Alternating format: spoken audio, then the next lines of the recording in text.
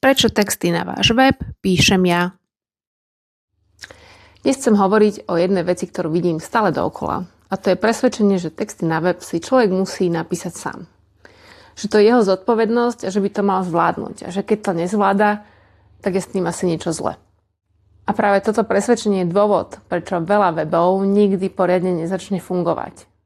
Väčšina ľudí si totiž myslí, že keď chce mať web, tak musí vedieť niečo o seba napísať, musia sa vedieť odlíšiť a musia sa vedieť predať.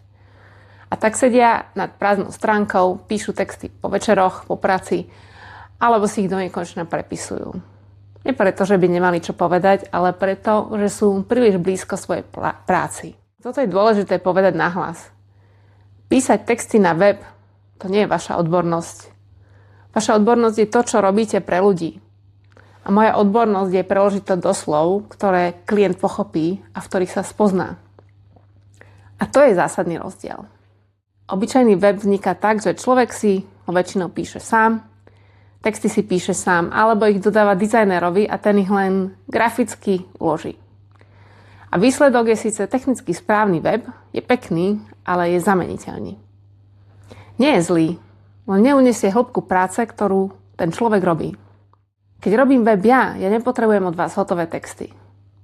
Potrebujem rozhovor, potrebujem počuť, prečo robíte to, čo robíte. A texty potom napíšem ja.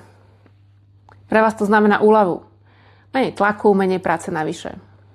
Vy sa venujte svojej odbornosti a web to uniesie za vás.